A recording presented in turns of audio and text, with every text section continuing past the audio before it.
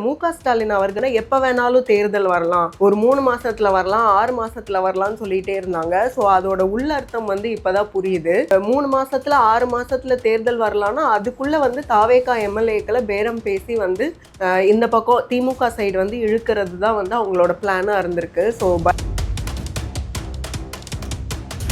ஒவ்வொரு எம்எல்ஏக்களுக்கும் 35 கோடினா அஃபிடவிட்ல 10,000 தான் bank balance இருக்கு, 10,000 தான் கையில இருக்குன்னு சொல்லி எம்.கே. ஸ்டாலின் அவர்கள் சொன்னாங்க.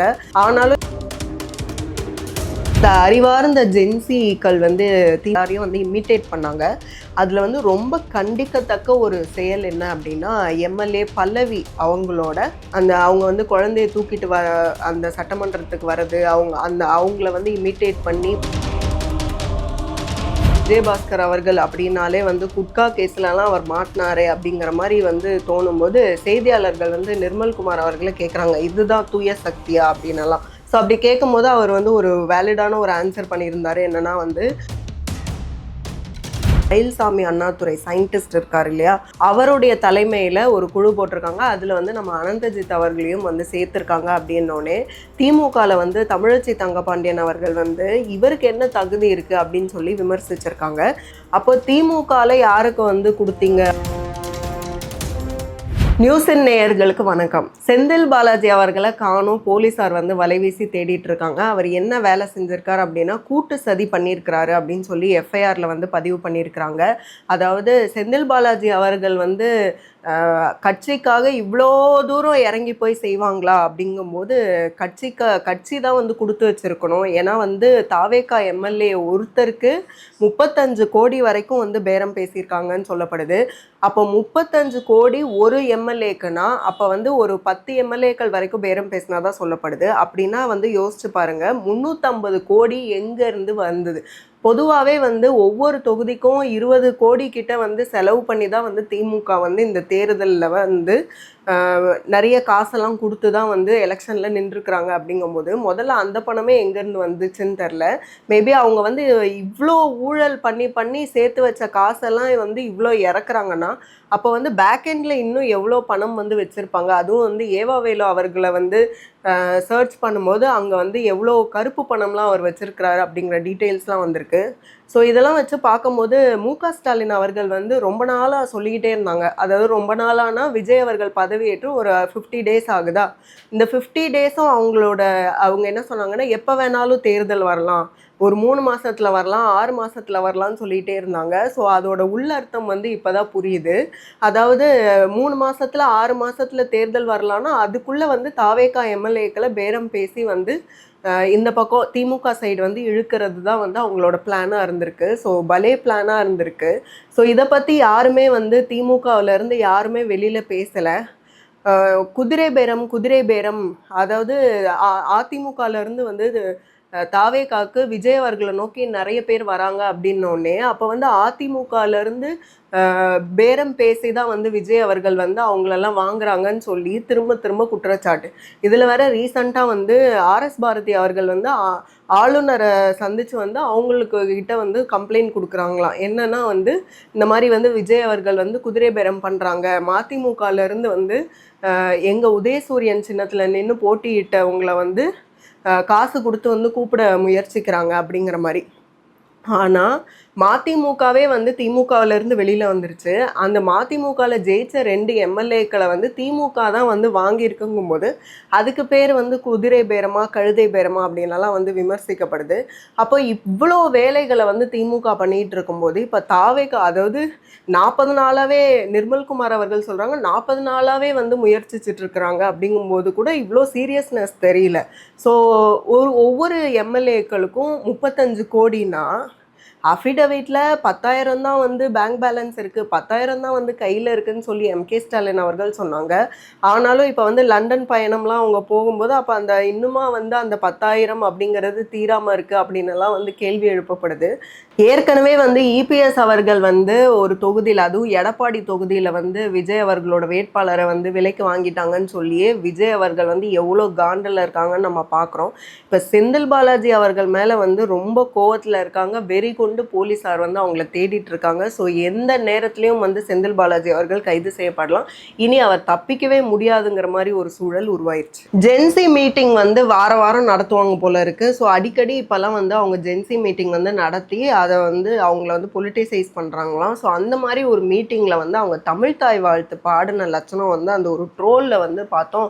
அது என்னன்னா, தமிழ் தாய் வாழ்த்தை வந்து நீராறும் கடல் உடுத்தக்கு கடல் எடுத்தன்னு பாடுறாங்க. இதுலேயே தெரியுது இவங்களோட தமிழ் பற்றி என்னன்னு சொல்லிட்டு. ஸோ இவங்கெல்லாம் வந்து தமிழ் தாய் வாழ்த்தை முதல்ல பாடுங்கன்னு சொல்கிறதுக்கு என்ன அருகதை இருக்குது அப்படின்னு தானே எல்லாருக்கும் கேட்க தோணும். ஸோ முதல்ல வந்து ஜென்சி டிஎம்கே தான் வந்து அடுத்து திமுகவை கொஞ்சம் நஞ்சம் வெளியில் தெரிகிற திமுகவை முழுக்க அழிக்க போகுது அப்படிங்கிற அளவுக்கு வந்து ஜென்சி டிஎம்கேயோட அந்த நடவடிக்கைகள் வந்து போய்கிட்டு இருக்கு. அப்புறம் இந்த அறிவார்ந்த ஜென்சிக்கள் வந்து திமுக மீட்டிங்கில் வந்து என்ன பண்ணுறாங்கன்னா, ஒரு மாக் அசம்பிளி வந்து ஒன்று கண்டக்ட் பண்ணுறாங்க. அதில் வந்து எல்லாரையும் வந்து கலாய்க்கிறது தான். அதாவது தாவேக்கால இருக்கக்கூடிய எல்லாரையும் வந்து இமிட்டேட் பண்ணாங்க. அதில் வந்து ரொம்ப கண்டிக்கத்தக்க ஒரு செயல் என்ன அப்படின்னா, எம்எல்ஏ பல்லவி அவங்க வந்து குழந்தைய தூக்கிட்டு அந்த சட்டமன்றத்துக்கு வர்றது, அவங்கள வந்து இமிட்டேட் பண்ணி வந்து ரொம்ப கேவலமாக வந்து பண்ணியிருக்காங்க.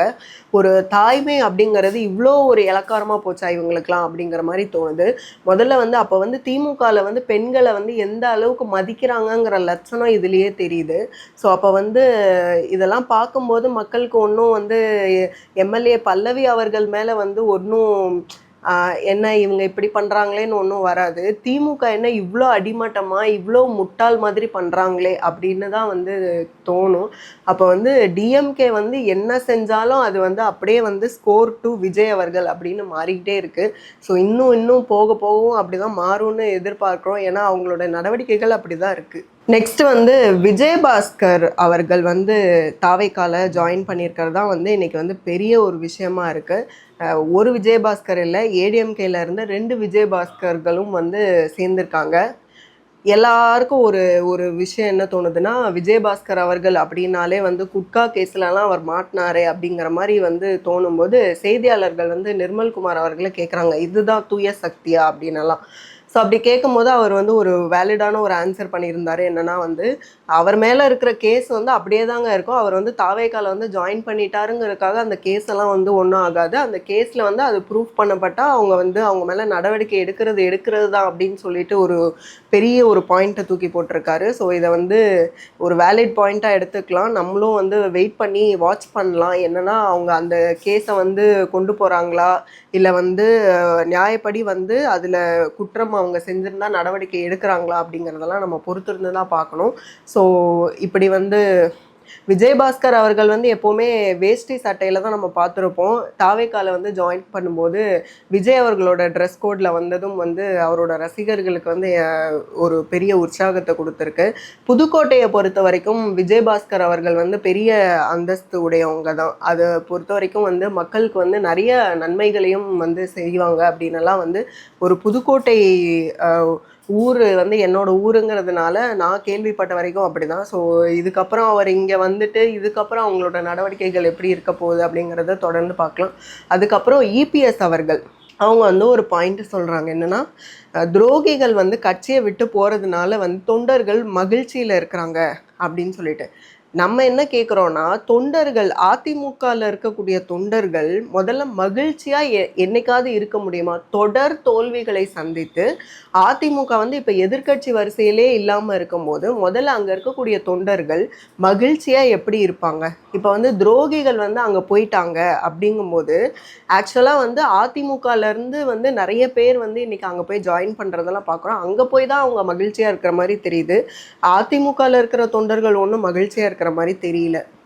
அடுத்ததான் நம்ம அனந்தஜித் அவர்களை வந்து அதாவது பள்ளி கல்வி அந்த பாடத்திட்டம் வந்து குழந்தைங்களுக்கு ஏற்ற மாதிரி அவங்களோட ஃப்யூச்சருக்கு உதவுற மாதிரி மாத்திர அந்த குழு ஒன்று போட்டிருக்காங்க. மயில்சாமி அண்ணாதுரை சயின்டிஸ்ட் இருக்கார் இல்லையா, அவருடைய தலைமையில் ஒரு குழு போட்டிருக்காங்க. அதில் வந்து நம்ம அனந்தஜித் அவர்களையும் வந்து சேர்த்துருக்காங்க அப்படின்னோடனே திமுகவில் வந்து தமிழச்சி தங்கபாண்டியன் அவர்கள் வந்து இவருக்கு என்ன தகுதி இருக்குது அப்படின்னு சொல்லி விமர்சிச்சிருக்காங்க. ஸோ அவருக்கு என்ன தகுதி இருக்குது அப்படிங்கும்போது அப்போ வந்து அவர் வந்து கிரிமினாலஜி படிச்சிருக்கிறாரு. அது போக வந்து புதிய தலைமுறையே வந்து அவருக்கு வந்து ஒரு அவார்ட் கொடுத்துருக்கு. என்னன்னா குழந்தைகளோட கல்விக்காக அவர் நிறைய தன்னார்வ பணிகளை வந்து செஞ்சவர் அப்படின்னு சொல்லிட்டு புதிய தலைமுறையை அவருக்கு வந்து அவார்ட்லாம் கொடுத்துருக்கு. ஸோ இந்த மாதிரி குழந்தைகளுடைய கல்விக்காக வந்து ரொம்ப சீரிய முயற்சியோட நிறைய விஷயங்களை முன்னெடுத்தவருக்கு அதில் இடம் கொடுக்கறது வந்து தகுதி இல்லையா? அப்போ திமுகவில் யாருக்கு வந்து கொடுத்தீங்க அப்போ உங்கள் காலகட்டத்தில் அப்படின்னு பார்க்கும்போது திண்டுக்கல் லியோனி அவர்களுக்கு கொடுத்தீங்க, சுபவீர பாண்டியன் அவர்களுக்கு கொடுத்தீங்க. ஸோ அவங்களெல்லாம் வந்து கம்பேர் பண்ணும்போது இவர் வந்து எந்த விதத்தில் வந்து எந்த அடிப்படையில் அவருக்கு வந்து தகுதி இல்லைன்னு நீங்கள் சொல்ல முடியும்?